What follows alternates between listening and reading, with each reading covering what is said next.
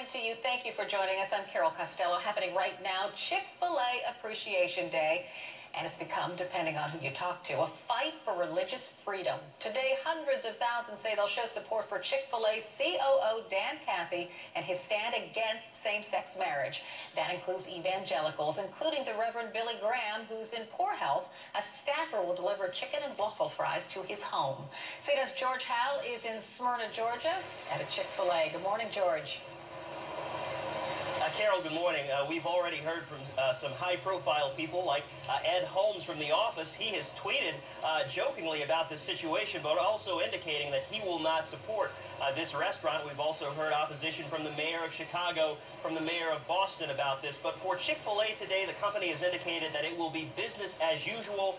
They will not take a side on this for the Chick-fil-A Appreciation Day that was sparked by once Republican presidential candidate Mike Huckabee. They will also not support the National Same-Sex Kiss Day that is set for Friday. But when you look at Huckabee's Facebook page, where he's asked people to sign on to support Chick-fil-A on this day, you see that more than 500,000 people have signed on that they will be part of this today. And it depends really, Carol, on where you look. For instance, here in the South, the Bible Belt, also where Chick-fil-A was founded, you find a lot of support.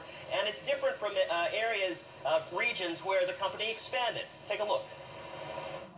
Well, what gain a man the world to lose his soul?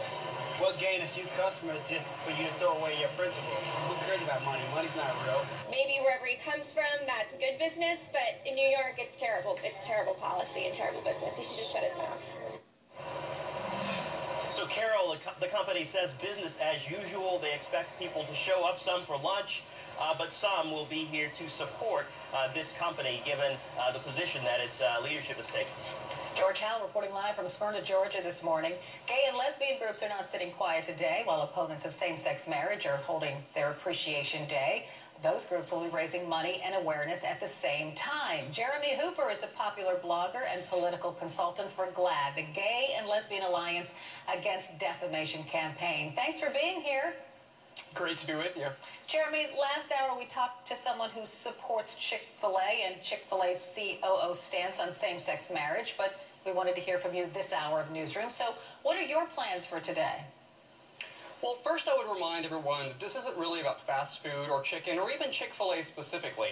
This is about a prominent American businessman who runs a $4.5 billion company who chose, during promotional appearances for his company, wearing a button for his company, to say that gay Americans can bring the judgment of God and that we shake a fist at God through our marriages. Now, that goes well beyond marriage. People like Mike Huckabee and the National Organization for Marriage, they only want to talk about traditional marriage because that's all they ever want to talk about, or I should say so-called traditional marriage. But this goes much deeper, and it really raises a lot of questions for the LGBT consumer. Well, I think that some people, at least, I put this question on my Facebook page last week. Many people believe that it's okay to boycott Chick-fil-A for the COO's belief because it's a free country, right? But they don't think it's right for mayors of cities to come out and say, Chick-fil-A, you're not welcome in my town. Well, I would say personally, I have not really weighed in on that. Right now, there is no express ban. These are public officials who are stating their opinions, and we all have that right. Do you support them, though? Do you support those bans? If this went to another level to where we had to weigh the non-discrimination elements and the values of a city versus the values of the company, then I would form my opinion then. At this point, it's not there. And again, that's not where my goal. What would bring it to that level? It would be one of these city officials who would try to take that step. Right now, they have stressed, well, from what I've seen, most have stressed that they are speaking in their capacity as a public official. I know Christine Quinn was very clear to stress that this is her own opinion, not, the city of New York's opinion. And just one more question for you. This controversy, it's become fuel for late-night talk show hosts. Comments like Roseanne Barr have gone on Twitter saying anyone who eats at Chick-fil-A deserves to get cancer, that's sure to come from eating antibiotic-filled tortured chickens. And she backed away from that, but that's already out there. Are those kinds of things really helping your cause? Those are distractions, and I would say that this started out as a very pure story. Dan Cathy had the choice to respond to what he said, and also not to what he said, but to the company's anti-LGBT donations, and to the fact that the company's retreat center bans same-sex couples. But rather than respond to that, Dan Cathy, Mike Huckabee, the National Organization for Marriage, are using side claims about free speech and religious freedom, both of which are bunk.